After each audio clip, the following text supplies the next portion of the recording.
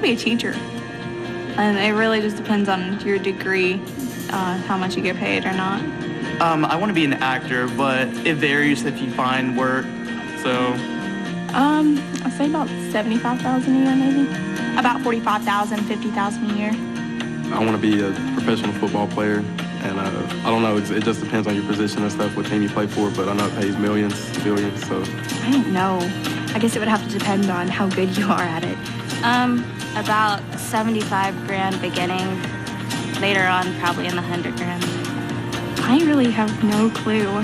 Good money. I'm sure probably at least $1 million. $50,000 to probably $100,000. A lot. I don't know. Hopefully a lot. But if not, that's okay, I guess.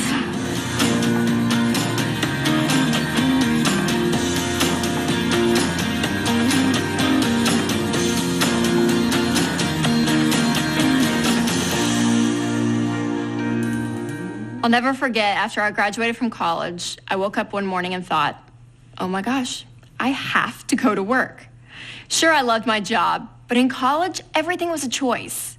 Now, if I wanted to eat, keep my lights on, and pay my rent, I had to go to work. That day and every weekday that followed. Welcome to being an adult. Growing up and living in the real world took a little getting used to. I also remember being shocked at the bills. Things I used to take for granted, like cable and food, were now my responsibility. It's basically like, if you've got the money, you eat, and if you don't, well, you don't. Get this, the average rent on a one-bedroom apartment in most cities is about $750 a month.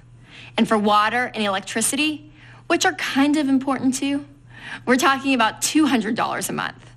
Food will cost you around $250 a month, and yes, that's just for one person. That's $1,200 a month already. Now, college graduates who actually get a job in their field might start out with $35,000 to $45,000 a year. But if you factor in graduates who are unemployed or underemployed because they can't find work in their career field, the average salary drops to around $27,000. That comes out to about $1,800 a month after taxes. Yes, I said taxes. Don't expect to see all of that $27,000 come home with you. That's because taxes will eat up between 20 to 25% of your paycheck. That only leaves about $600 a month for things like transportation, clothes, cable, a cell phone. Not to mention saving, giving, and having fun with your friends. Look, being an adult is a blast. I'm not trying to scare you off. I just want you to be prepared. The real world is full of both opportunity and responsibility. You might think that having a full-time job means you're able to go out and buy whatever you want, but that's just not real life. That's why it's crucial to know how to budget now. Many teens expect to live like their parents right out of college. You know, a big house with nice furniture, a new car. But here's the deal. Your parents didn't have all of those things when they were starting out. If you don't believe me, just ask them. Listen to the story of their humble beginnings, their first apartment or car, or where they used to go out to eat for dinner.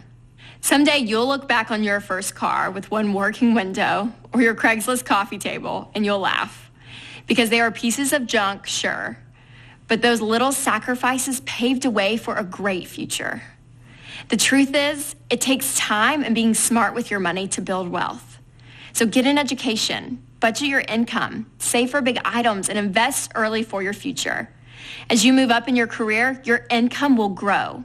And if you do what we teach, you will win with money.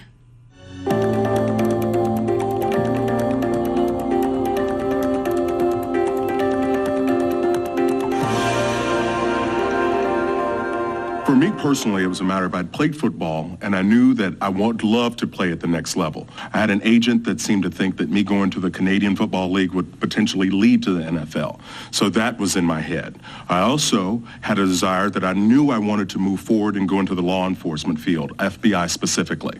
So I knew I had grad school on my mind with that standpoint.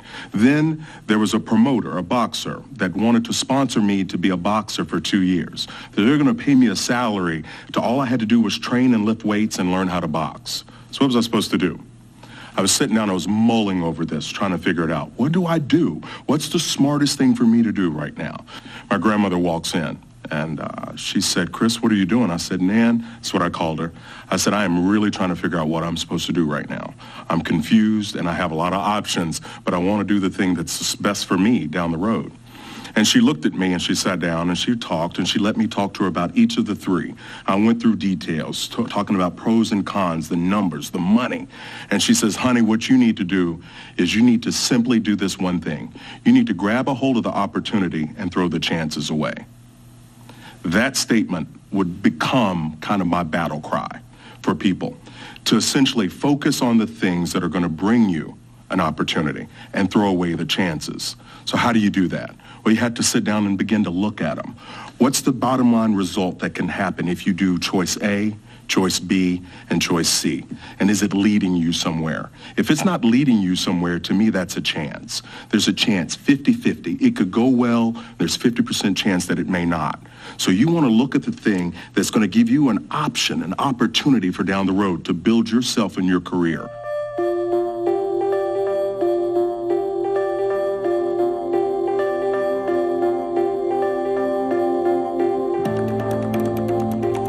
Calvin Coolidge said this. He said, nothing in the world can take the place of persistence. Talent will not. Nothing is more common than unsuccessful men with talent. Genius will not. Unrewarded genius is almost a proverb. Education will not. The world is full of educated derelicts. Persistence and determination alone are omnipotent. The slogan, press on, has solved and always will solve the problems of the human race.